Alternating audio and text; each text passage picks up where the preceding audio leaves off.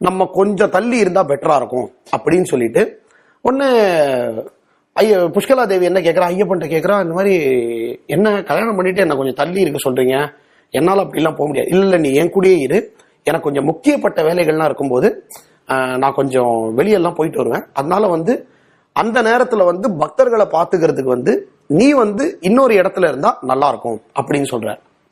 சரி நான் என்ன பண்ணிட்டோம், ஆனா எங்க இருந்தாலும் எனக்கு உங்க பக்கத்திலேயே இருக்க மாதிரி பாத்துக்கோங்களேன், எனக்கு கொஞ்சம் ரொம்ப தள்ளிடாதீங்க, என்னால உங்களை விட்டு இருக்க முடியாது அப்படின்னு சொல்றதுனால அந்த ஆரியங்காவில இருந்து ஒரு 20 கிலோமீட்டர் தொலைவில் மாம்பழத்து பத்ரகாளி அம்மன் அப்படின்னு ஒரு கோயில் இருக்கு. மாம்பழத்து பத்ரகாளின் அந்த மாம்பழத்து பத்ரகாளி கோயில்ல இந்த புஷ்கலா தேவி தான் அங்க பகவதி அம்மனாக காட்சி தருகிறார்.